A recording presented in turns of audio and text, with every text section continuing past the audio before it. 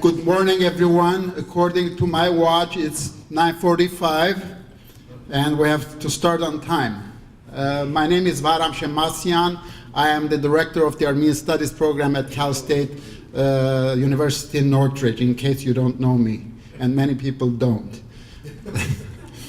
At this time, I would like to invite Mr. Martin Eskijian, who is the chairman of the Ararat-Eskijian Museum Board. Mr. Eskijian.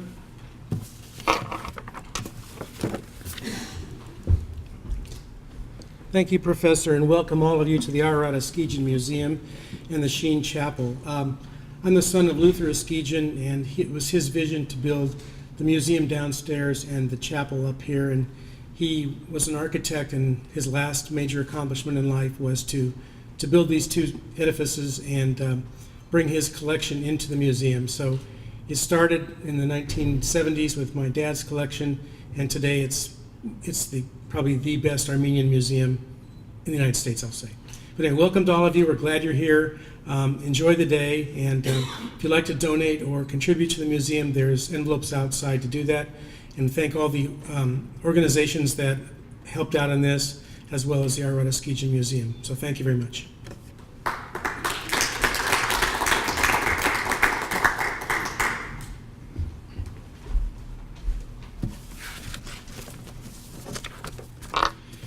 The Armenian genocide not only aimed to expunge the Armenians from their millennia-old homeland, but also eradicate any memory of Armenian civilization.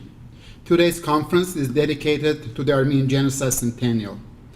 As such, it will expose certain aspects of the rich Armenian art and culture that existed in the Ottoman Empire before 1915. By doing so, it will also remind Turkey of the immense and irreparable damage it has inflicted upon itself as a result of its crime against humanity. But the Armenians and their creative mind are alive today and will continue to contribute to world civilization as before. I would like to thank Maggie Gochin Mangasarian, or Mangasarian Gochin, the curator of the Ararat-Eskijian Museum, for her hard and diligent work in co-organizing this conference with the Armenian Studies program at CSUN. I would also like to thank the conference co-sponsors. They are listed on the cover of the program. Before we start, I would like to draw your attention to the following. First, for today only, the museum located below this chapel will exhibit samples from Mr. Hovsep Tokat's rich private collection of Armenian silver artworks during the noon break as well as after the conference until 6 p.m. Mr. Tokat's important book on the subject, entitled Armenian Master Silversmiths, is also available for sale. Mr. Tokat will personally donate the proceeds to village teachers in Armenia. Second, lunch boxes are available for $12 each. They are limited in number and therefore will be sold on a first-come, first-served basis. Please fill out the request forms at the entrance at your earliest convenience. Third, for your information, the restrooms are located by the entrance of the chapel to your right, if I'm not mistaken. Additional restrooms are available in the foyer or the foyer of the Dukmejan Hall to your left as you exit this place. I kindly ask that you turn off your hand phones. Thank you. Last but not least, I would like to acknowledge the presence of City of Burbank Council member Emily Gable Luddy. Mrs. Luddy? Okay, will you stand, please?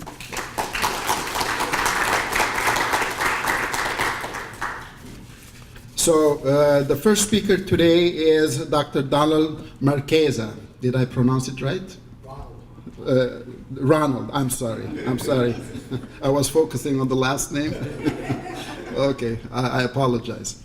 Dr. Ronald Marchesa received his PhD from New York University and has a distinguished career in archaeology, having conducted research at the Plataia archaeological excavation in Greece and at Tel Dor in Israel.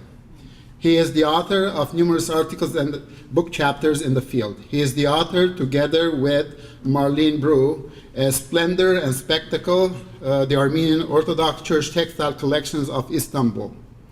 He has authored several other books on art and weaving. His forthcoming publication or book is entitled Sacred Relics and Artifacts from the Armenian Churches of Constantinople. Dr. Marchesa.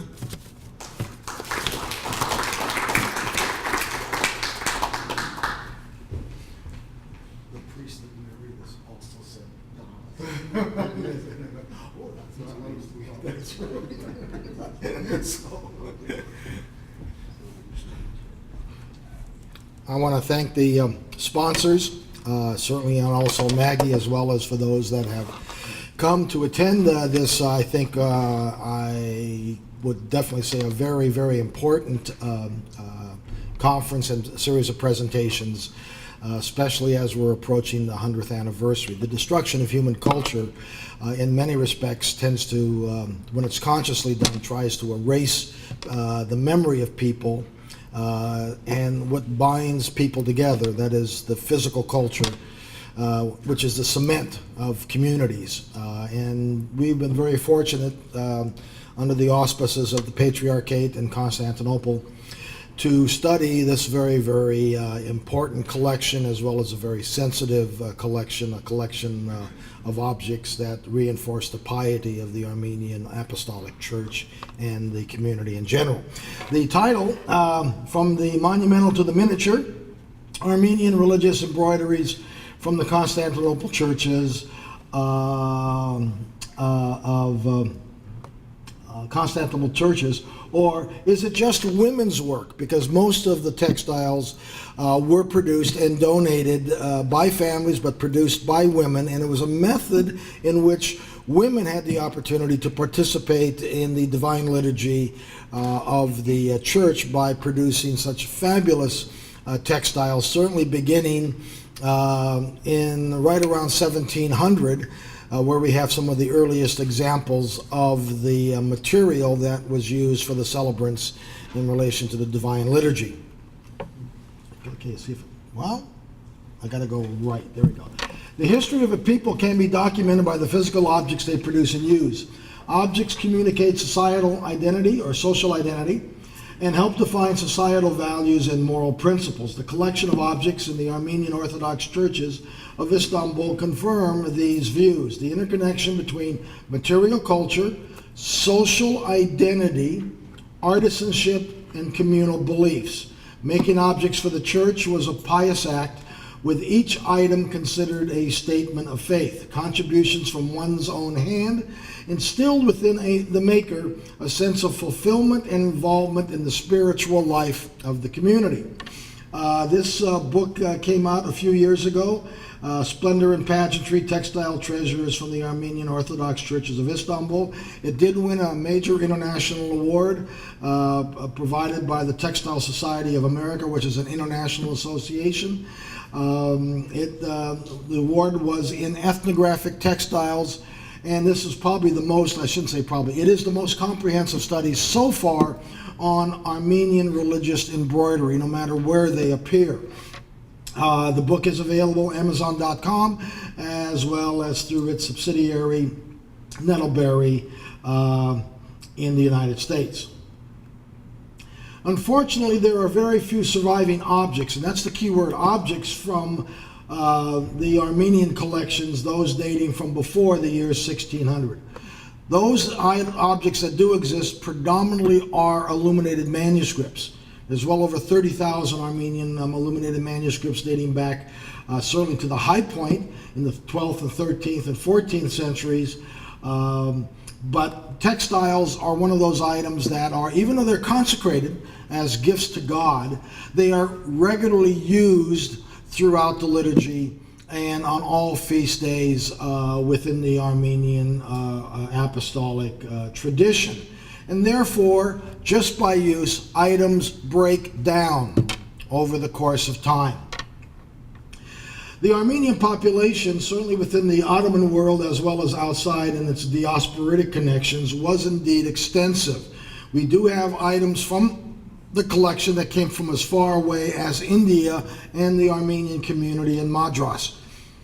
And so when we look at the overall population in some parts of eastern Anatolia, or that region that is traditionally defined as Armenia, either western or eastern, in many of those areas, the Armenian population either held a plurality or was in the majority. And this is based upon the Ottoman census records. Straightforward. And therefore, since there were well over 2,000 churches within Anatolia itself, the amount of raiments and finery that was produced for the church was immense, for the local congregations as well as for the regional and eventually the Istanbul Patriarchate that does achieve eventually a situation of dominance over other patriarchates. Anatolian areas of population density and migration, Constantinople between the 15th century and the 19th century. And again, once the Patriarchate was established and started to gain more and more importance, the opportunities for commissions, not only from the church, but also from the Ottoman Divan, that is, from the Ottoman authorities and the palace. It drew individuals of great talent, especially from the Armenian homeland, towards Istanbul or Constantinople. As the population increased within Constantinople, of the Armenian population, which eventually may have numbered as high as 30% of the total population by 1900, out of a population of about 1 million, and along with their Greek counterparts, the Christian community held a plurality. By the 17th century, the evolution of a specific style takes place, which we have termed the Constantinople Style, patterned an increase in the Armenian population of the city. Continuous Armenian migration from eastern, central, and western Anatolia infused the city with a number of regional and sub-regional styles that would never have been unified. They were unified within a cosmopolitan atmosphere of Constantinople once this became a very diverse center of human habitation. And so these sub-regional styles started to mix. That added bold elements to an otherwise conservative and exhausted urban material culture that was mostly Byzantine in nature. By the 18th century, European cultural influence into the Oriental flavor of the Ottoman capital fostered a more cosmopolitan atmosphere that enhanced experimentation out of the accepted canons of Armenian church art. Since textile production, especially in embroidery, is a domestic tradition, very few scholars have given much importance to it as a major art form. Yes, the canons of Armenian art, the accepted canons for those that are part of a set tradition, such as the manuscript illumination, shows very little experimentation, whereas in the domestic traditions that are drawn from the household, we do see over the course of time the movement towards physical representations of the human form in miniature as well as monumental rivals some of the finest examples, certainly in the manuscript tradition, and in those places where there are reliefs carved on the walls of churches. Certainly the monumental constructions of large screens, textile screens, certainly rival those fine examples of art produced in stone. Widespread distribution of Armenian Orthodox churches in approximate neighborhoods. Each neighborhood included their own local aristocracy. This is circa around 1850. 72 Apostolic Orthodox churches existed in Constantinople by 1850. The majority of those churches were founded between 1750 and 1850. 55% of the total churches were founded in that 1 century, and they mirror the massive increase in Armenian immigration to the city, which certainly was followed by those men and women that had reputations drawn from the Armenian homeland. And as you could see in some of the areas, does this thing work? There it is. In Kumkapi, near the Patriarchate, this is Bakir Koy, Kumkapi, Yenikapı, and this is Pera, Beşiktaş is up here. The concentration, either by area or by density of churches, indicates the fact that there were substantial populations within the city of Constantinople. No small population, and certainly over the course of time, both the secular needs and the religious needs were to be satisfied by the community of artisans and of those families that were noted seamstresses and embroiderers. What's also fascinating, if we only look at a specific occupation, which we'll talk about later on in the afternoon, the circle indicates the size or the density. Come on, it works. Kumkapi, Yenikapı, this is Yenikapı here, Kumkapi here, the Topkapi area here, Beşiktaş up here. Across the way, the richest of all the Armenian communities, Sıraphaç or Holy Cross, and Üsküdar. Those communities, densely populated, had the largest number of jewelers. Okay. Now, by the 18th and 19th century, we do get uniformity in terms of the artistic representations, not only of church construction but also of the textile artifacts. Physical context: church architecture, single and multi-nave structures, or with side chapels, barrel vaulted ceilings. Interior done in the neoclassical style and decoration and design. Exterior non-conspicuous blending. And this helps create intimate space. Neighborhoods were either ethnically homogeneous Armenian or mixed neighborhoods of either Christian, Greek Orthodox, Turkish Muslim, as well as Jewish. In fact, in the area of Balat, where there was a major church of the Archangels, that was a mixed neighborhood of both Jewish population, it's along the Golden Horn, Jewish population and Armenian population. Very importantly, on the artifacts, which have never been studied in depth, is the epigraphic context. This puts a human face on the artifacts that were dedicated to their respective churches. Colophons and inscriptions on objects reconstruct and identify the social hierarchies of Armenian communities, or the Armenian community by neighborhood and within the city itself. So there's a substantial amount of information that can be extracted from the physical artifacts that were donated. Textiles are an integral part of Armenian material culture, both secular and religious. Weaving, embroidery, and needle lace were the domain of women. It is gender specific. While block printed fabrics, which become a major source of Armenian production in Constantinople, appears to have been produced by men and predominantly for secular needs. Embroidery was part of a domestic handicraft. Embroidery schools, however, were established in the early 19th century in order to fill the growing needs of the church, because those needs could not be satisfied by just the general personal donations from individual families. Many of the objects produced for the church were made at home and not in factories, especially the smaller objects and apparel worn by the clergy, including mitres, crowns, chalice covers, collars, cope stoles, altar frontals, niche covers, and altar curtains. The latter category also appears to have been produced in schools and in a cottage industry. Here we have some of the stamps, and the one at the bottom was a school of embroidery that was established by the most important of the Armenians of the early 19th century, Ararat-Eskijian, whose primary church was the Church of Holy Cross in Üsküdar. He is the only one amongst the Armenian aristocracy that is blessed with the title Blessed by Christ, or something relatively close. His status was beyond all other Armenian emirs of the 18th and 19th century. He was a close friend of many of the sultans, the sultan and sultana. Some of them stayed in his own house and dwellings for up to a week. So the relationships were really quite good.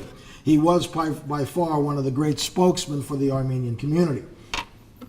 We're going to put this now in a context. The late Byzantine state, post-13th century, financially could no longer support the industrialized process in cloth production.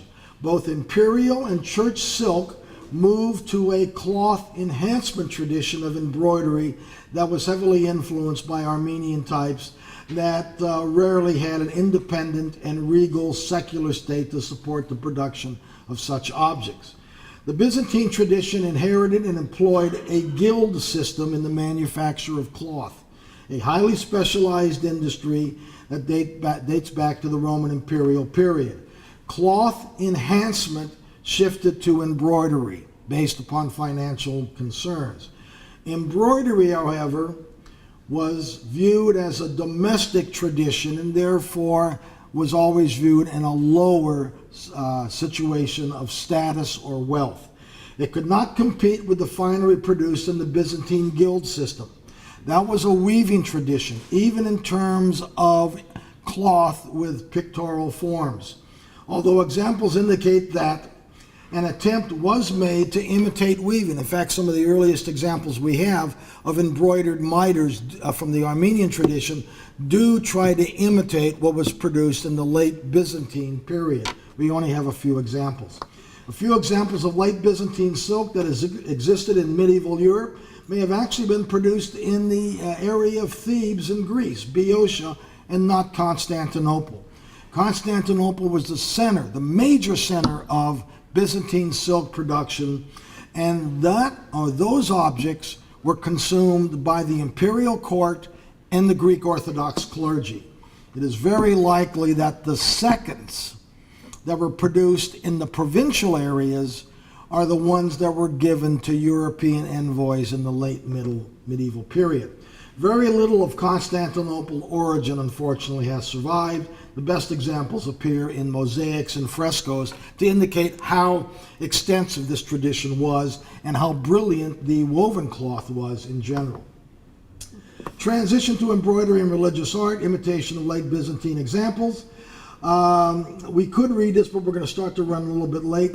But from Asterius of Amasia, 410 AD, does talk about, in a text form, individuals walking around with wonderfully woven objects with numerous types of images, of religious images, the wedding of Galilee. But then he makes a comment. It is enough that he once suffered the humiliation of dwelling in a human body, which of his own accord he assumed for our sakes. So not upon your robes, put upon your soul, and carry the image of Christ in your soul, and not on a garment, okay, within the profane world.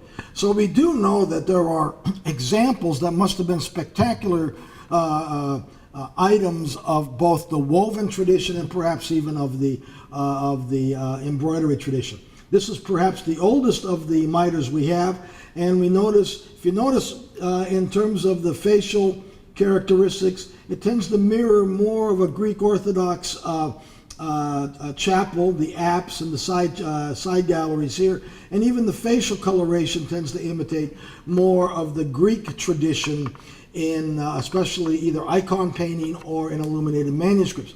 But the inscription is purely Armenian, a gift from Hoja Margarie and his brother Melkon.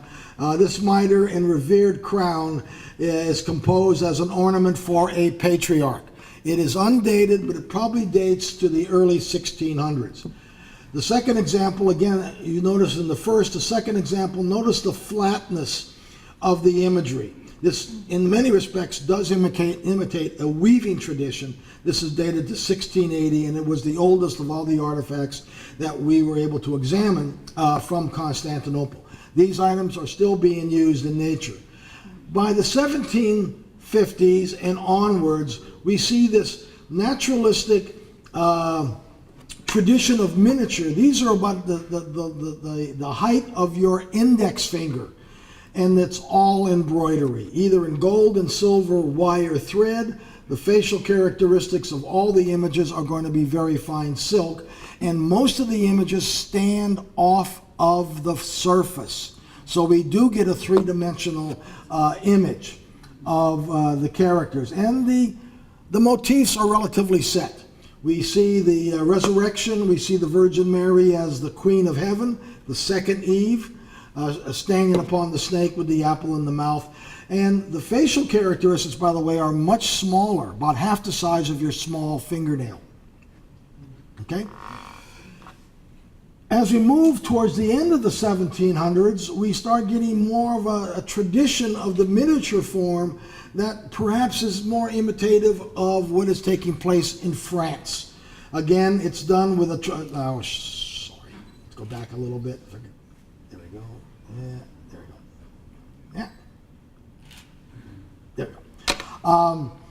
Again, you have the floral motif as the major part of the mitre. The central cartouche will feature either Christ triumphant with banner and cross, okay, loincloth and so forth. But the embroidery, again, is smaller than your index finger, and the facial characteristics, which are true to form in nature, almost as if it's a portraiture, smaller than the index finger. 5 minutes, oh boy. Okay. We're just going to go through some of these examples where you can see some of the miniature materials. Gold, silver, diamonds are very common from the 1700s onwards.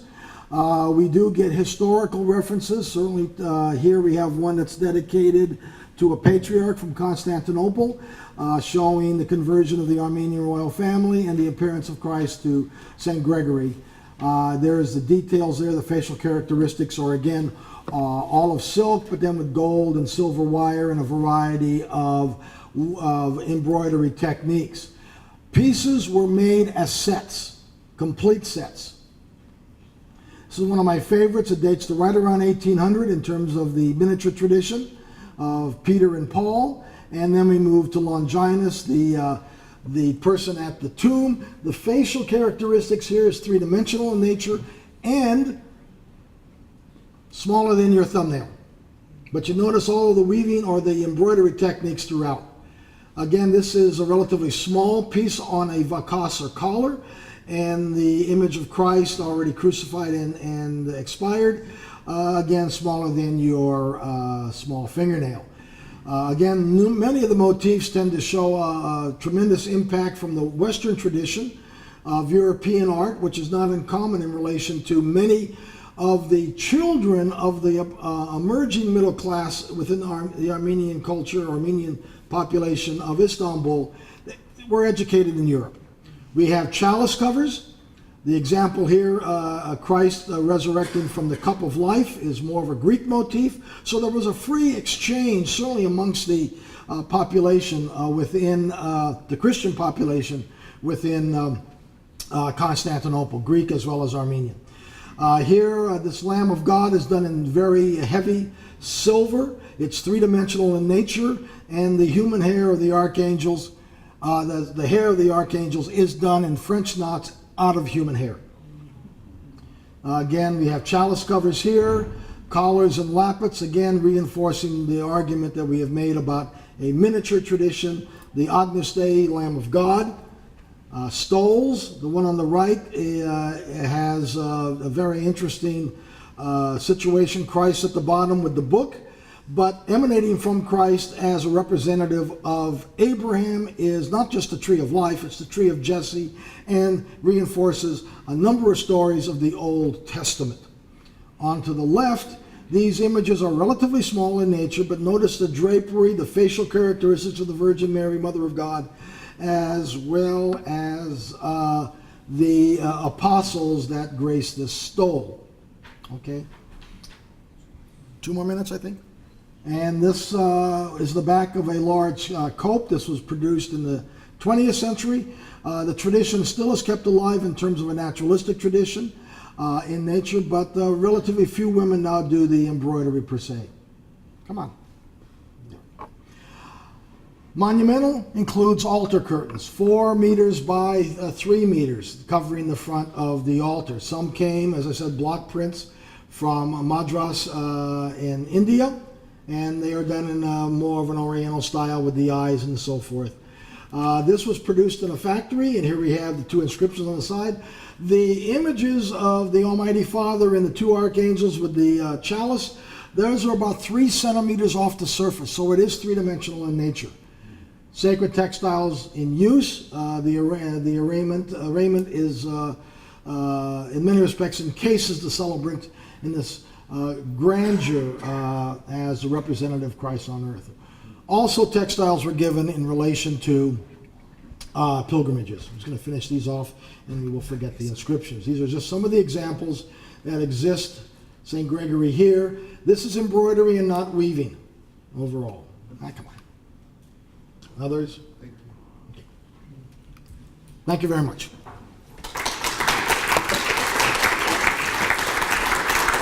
A mirror class and all this type of stuff. Thank you. Very good point. Time is Anything? up. Thank you. Okay, thank you. Thank you so much for this. Our next speaker is Aram Kuyumjian. Aram Kuyumjian holds a Juris Doctor with distinction from the University of the Pacific's McGeorge School of Law and currently serves as Associate General Counsel for the Los Angeles Unified School District.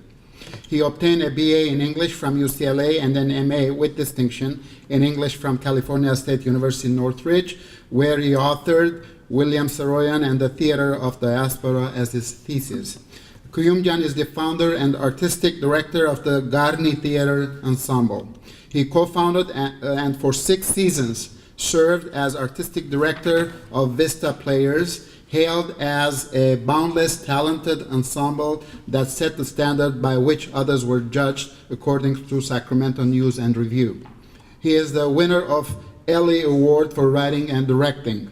His feature plays and solo pieces have been performed in half a dozen cities, from Los Angeles to London. His latest works are Velvet Revolution and Happy Armenians, and an adaptation of Levon Shant's Ancient Gods, Hin Astvatsner. Kuyumjian has been a theater critic for the Aspares and the Armenian Reporter newspapers for the past decade and writes essays on Armenian theater for Critics Forum. He will talk about arrested development, Western Armenian theater in the 19th century. Mr. Kuyumjian?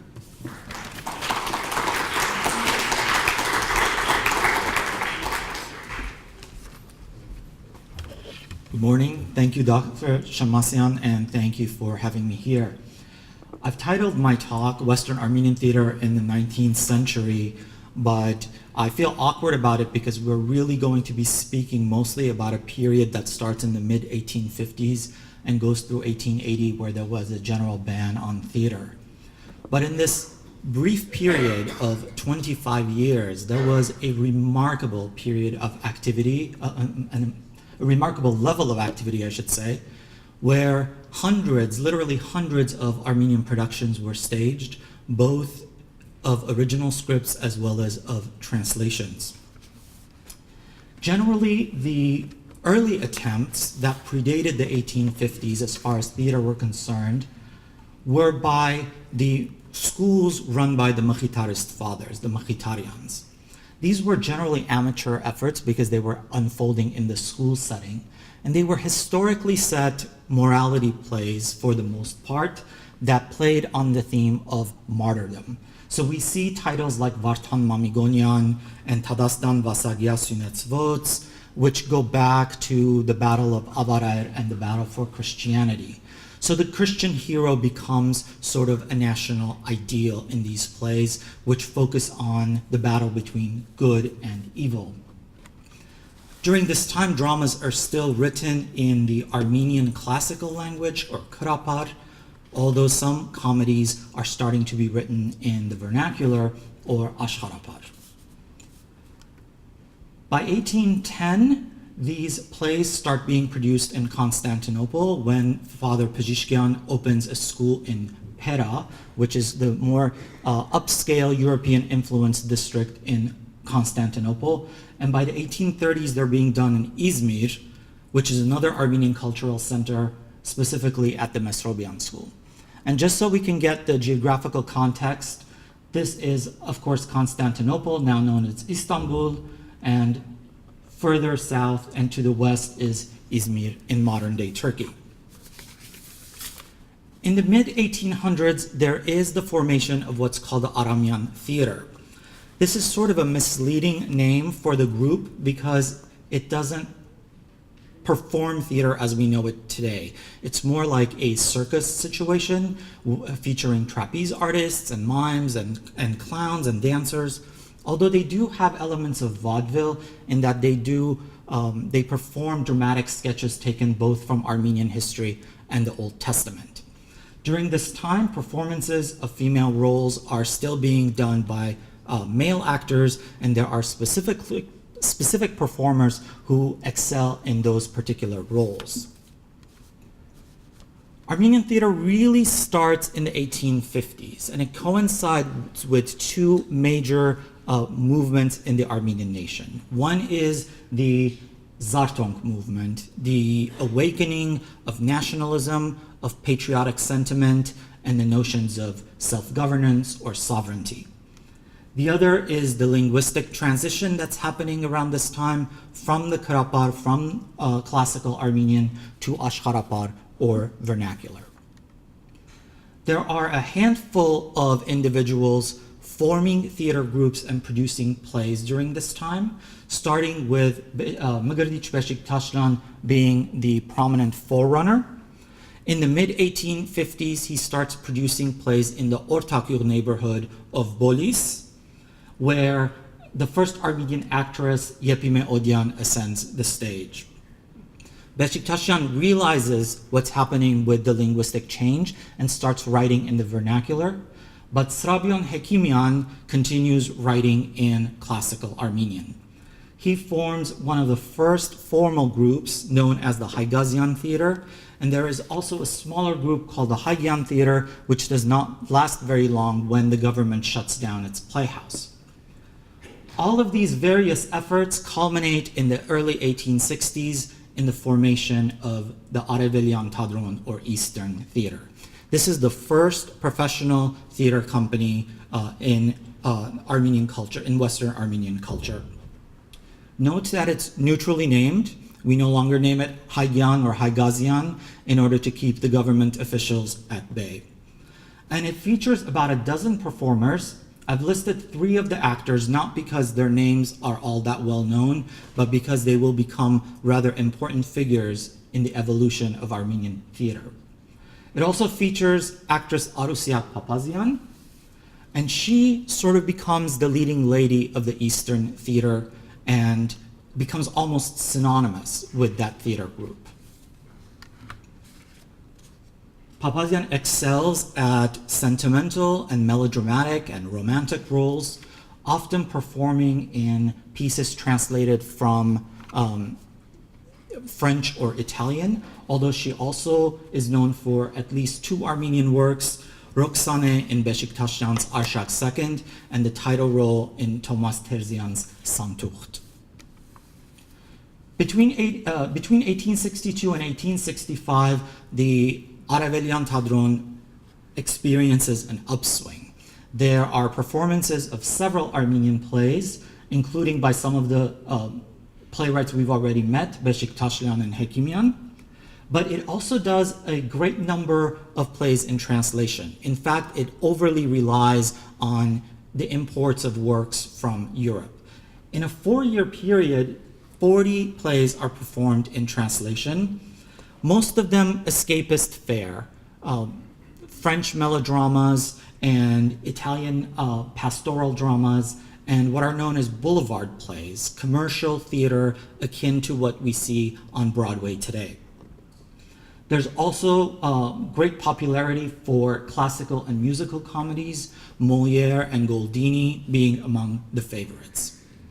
There's a great deal of variety in what the Eastern Theater does, but there's no overall vision. There's no particular trajectory that leads it. And there's no reflection of contemporary issues that concerns the Armenians of the day. However, one of the greatest services it does is it continues to expose the public to the vernacular Armenian that is coming to be the dominant method of communication. Over in Izmir, in 1865-66, the theater is in demise. There are a number of reasons offered for this, some of them being financial woes and some of them being personal circumstances of involving the actors. Arusiak Papazian gets married to a man who does not like her performing on stage. And when Srabion Hekimian attempts a revival of the group, he introduces a new actress by the name of Yeranui Karakasyan.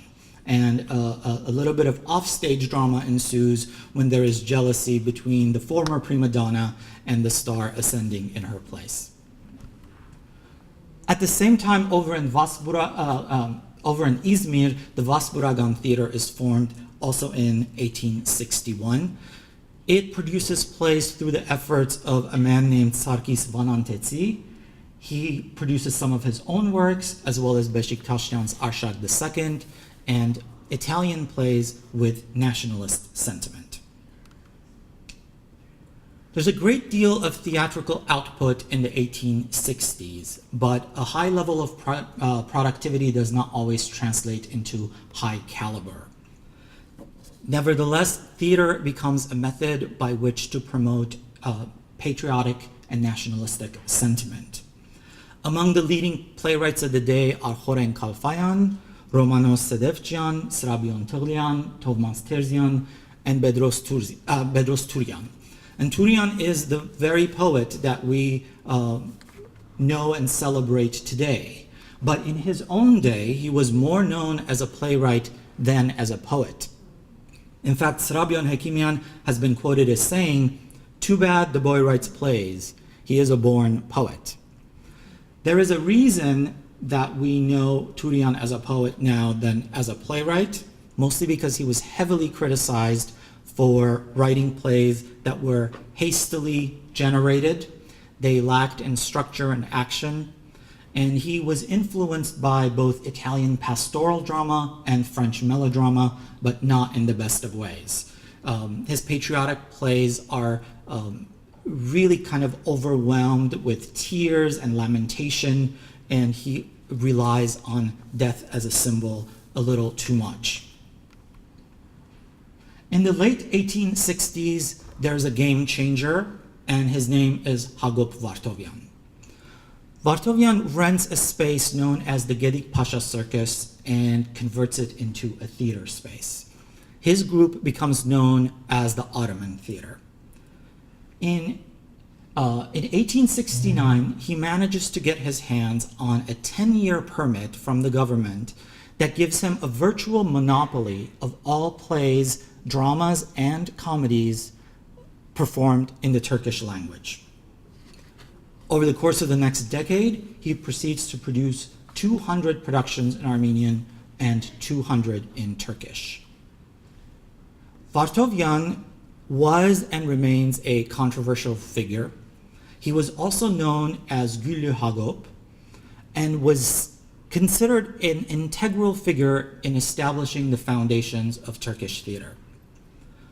Of course, there were those who considered him a Turkamol, an anti-Armenian, who laid the groundwork for the birth and evolution of Turkish theater at the cost of the Armenian theater.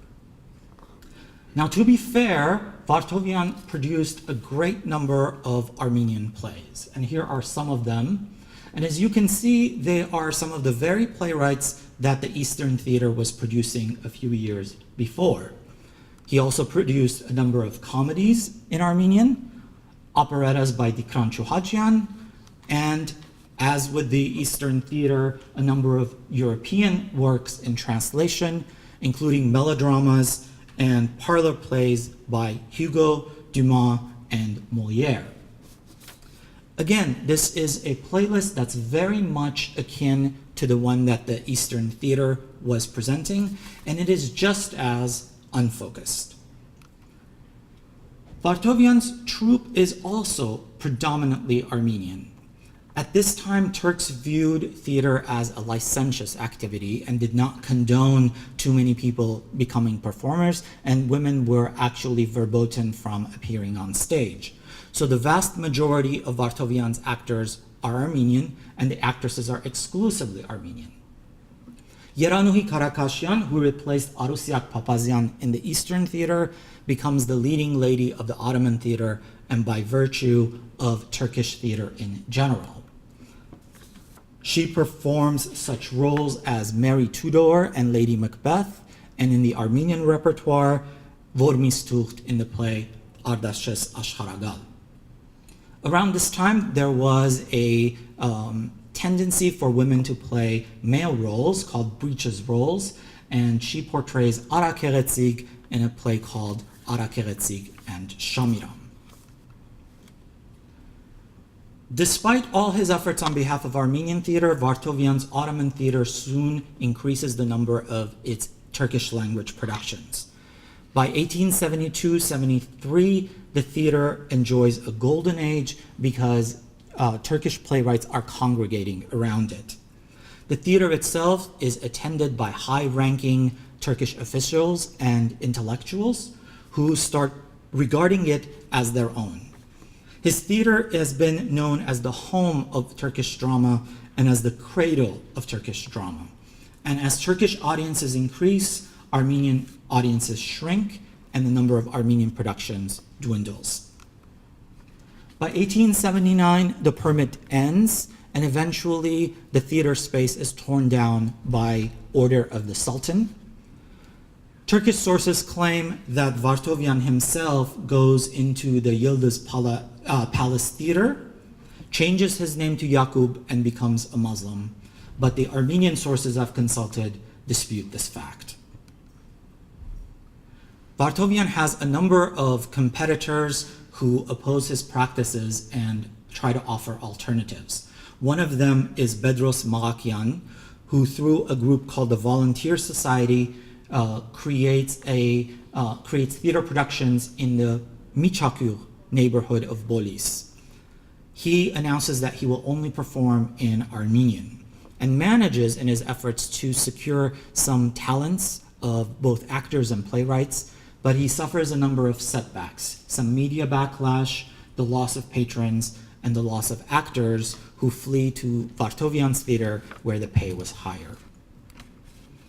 Another source of competition is Serov Pebenglian's troupe, which starts producing solely musical theater and operettas. The repertoire is relatively small, approximately 15 pieces, featuring Armenian composers Serov Pemanasyan and Tikran Chuhajian, but also Western composers like Offenbach and Donizetti. This is Serov Pebenglian in costume.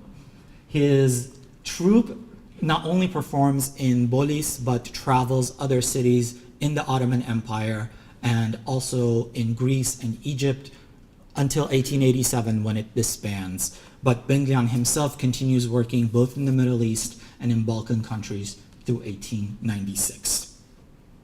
Speaking of musical theater, of course I have to touch on Tikran Chuhajian, although I believe Vache will focus on him in greater detail. He was the composer of the first Armenian opera, Arshak II, a piece heavily influenced by Verdi and in fact having a libretto written in Italian. His operettas were written mostly in Turkish. You may recognize a couple of those titles because they've been mounted in Los Angeles within the last 10-15 years. And he also had a hand in the music of most productions that were done in Constantinople during the 1870s, whether in Armenian or in Turkish.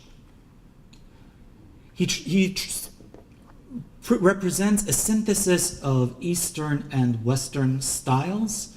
And like I said, there's been a renewed interest in him, and perhaps Vache can articulate the justification better than I can because I've never been a particular fan of his work. As I mentioned earlier, by 1880 there is a general ban on Armenian theater, and there's a crackdown and censorship runs amok. Theater past this point that we'll be discussing is mostly in the Turkish language. So Tovmas Fasulajian takes actors from Vartovian's theater group and goes to the city of Bursa, where he enjoys the patronage of a local pasha named Vefik Pasha. This is Bursa over on the south side of the Sea of Marmara. And in that city, they perform mostly Moliere's plays. Vefik Pasha was somehow obsessed with them, translated all of them, and that was the focus of their theatrical presentations. This is not very significant theatrically except for what happens next. In 1883, Vefik Pasha is removed from his position, and Fasulagian takes his troupe to Bulgaria, where they continue performing in Turkish. But the Bulgarians are so inspired by these performances and by this exposure to theater that Fasulagian, in a way, becomes the instigator of Bulgarian theater. So not only have Armenians contributed in a major way to the formation of Turkish theater, but Bulgarian theater as well. Past 1885, Mardiros Managyan is the key figure of theater in Constantinople. He also obtains a government permit and opens a company called the Ottoman Dramatic, which performs solely in Turkish and is active for approximately 25 years until 1908, the Young Turk takeover of the government. He is again a controversial figure. A Turkish historian by the name of Metin And refers to him as the guiding force behind Turkish theatrical life. But an Armenian theater historian, Henrik Hovhannisyan, not only calls him Abaskain, anti-Armenian, but even questions whether he had Vartovian's level of skill and ability. The repertoire of Managyan's company, and here's a picture of them, consists mostly of melodramas, and Managyan himself translates approximately 200 of them. This is Managyan himself, and there are indications that he continues producing theater after 1908, both in Turkish and Armenian. And this is credible because he did start out with the Eastern Theater back in the 60s, but details as to what he produced are extremely scarce. Touching a little bit on what was happening in the provinces, in the province of Van, there were some open-air performances thanks to the efforts of the local Archbishop Mugurdic, who later became the Catholicos Khrimian Hayrik.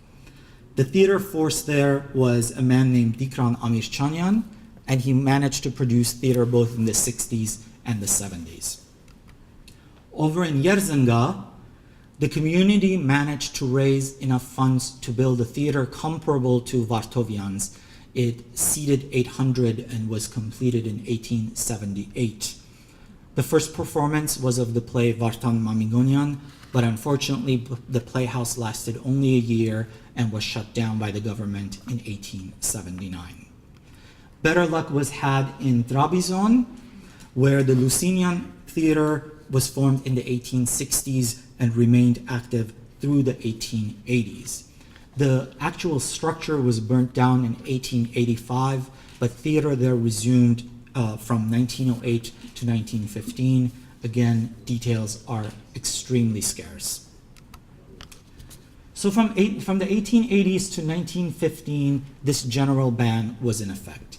It was not absolute because there are indications in the record that there were sporadic performances in some of the outlying neighborhoods of Constantinople. There was an effort to resume theater in the 1890s, not a very successful one, but there is at least one mention of a Bedros Turian play being performed in Skudar in 1893. Again, after 1908, theater resumes, but it's nowhere near the activity of the previous decades, most likely because there wasn't a new generation of Armenian playwrights and actors coming up during the ban. Armenians continue to remain very active in the Turkish troops that are now being formed in the early 19th century, although Turkish women are not allowed to perform until the late 1910s. Now I'm coming near the close of my presentation, and there is a very significant person I have not talked about, and that is Hagop Baronyan. He is perhaps the most famous playwright we have from the 19th century, and his works are the only ones from the 19th century that we actually perform. So why have I not discussed him any earlier?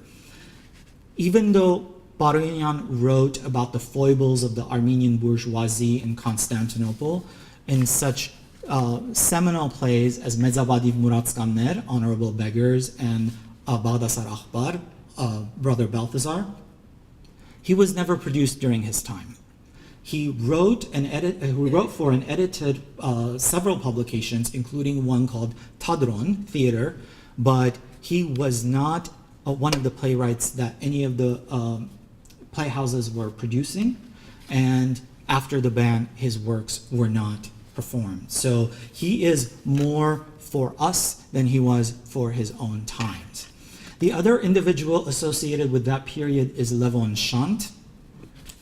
Shant was born in Constantinople, and even though he was gone for stretches for his education, returned there on multiple occasions, but he did not start writing plays until the early 20th century. Of course, his masterpiece is Hin Asvadzner, or Ancient Gods.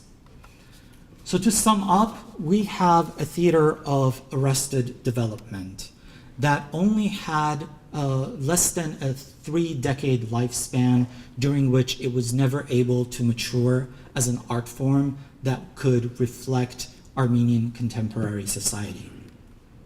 Of all the plays written or performed in the 1800s, only Baronians remain as a part of the theatrical canon of Western Armenian theater today. And although we helped create Ottoman theater and we helped create Bulgarian theater, the 19th century Western Armenian drama did not serve as a springboard for true Western Armenian theater that we've experienced in the diaspora since. And we've sort of had to start anew with our theatrical endeavors. So theater remains arguably our least developed art form, and in its diasporan incarnation continues to struggle to this day. Thank you.